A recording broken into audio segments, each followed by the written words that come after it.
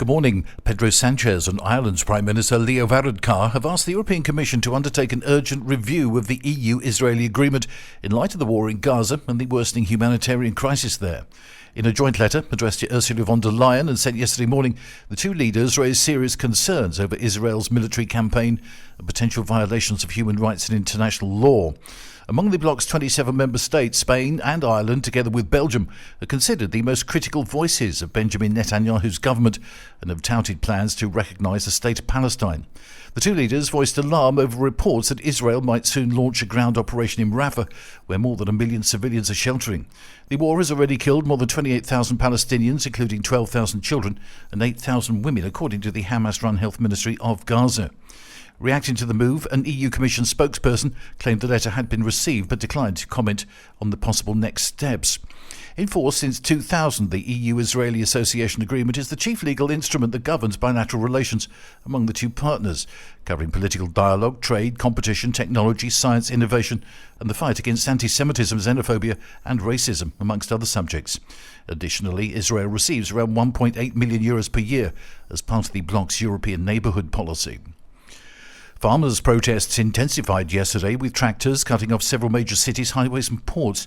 Dubbed Super Wednesday, demonstrations, mostly organised by unions, besieged all of the major access routes into Sevilla.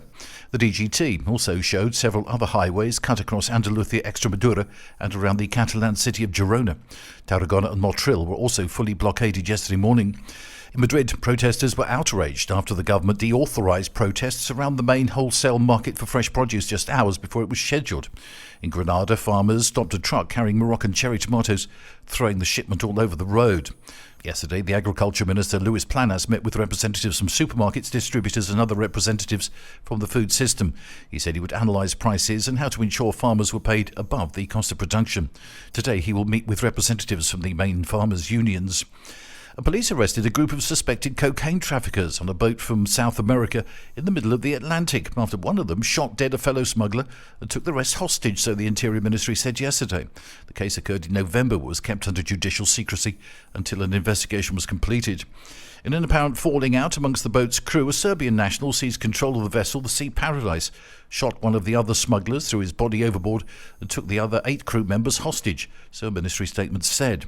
Tipped off about a shipment of some 2.3 tonnes of cocaine from Latin America to be transferred to a smaller boat near the Canary Islands, police launched an operation to seize the drug, during which they discovered the hostage situation.